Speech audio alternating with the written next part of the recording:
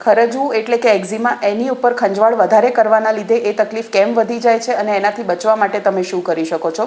તો ખરજવું જે છે એ ડ્રાય સ્કિન ઉપર કન્ટિન્યુઅસલી ખંજવાળ કરવાના લીધે તકલીફ થતી હોય છે. એટલે તમે ખંજવાળ જેટલી વધારે કરશો એટલું તમારું ખરજવું જે છે એ વધતું જશે અને પરમાનન્ટ થઈ જશે. અમુક વાર કન્ટિન્યુઅસ ખંજવાળ કરવાના લીધે ત્યાંની ચામડી રૂખી, કડક, કાળી પડી જતી હોય છે અને એ જે ડાઘો છે એ ત્યાં પરમાનન્ટ થઈ જતો હોય છે.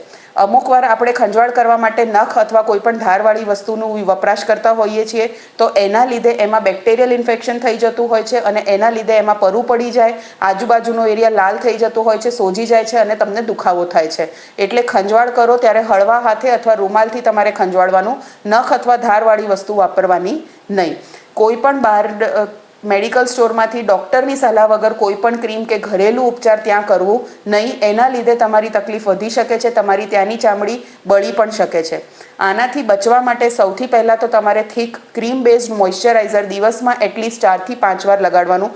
સ્કિનને કોરી થવા દેવાની નહીં. જ્યારે પણ તમને એવું લાગે કે મને ખંજવાળ આવે છે કે મારી ચામડી રૂખી થઈ ગઈ છે, ખેંચાય છે, એટલે તરત જ એની ઉપર મોઇશ્ચરાઇઝર લગાડી દેવાનું.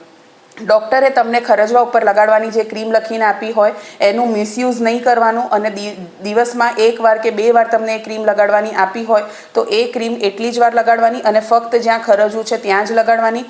આજુબાજુની ચામડી ઉપર એ ક્રીમ ના લાગે એનું ધ્યાન રાખવાનું અને કોઈ પણ દિવસે બહારથી ડૉક્ટરની સલાહ વગર ક્રીમ વાપરવી નહીં. Thank you.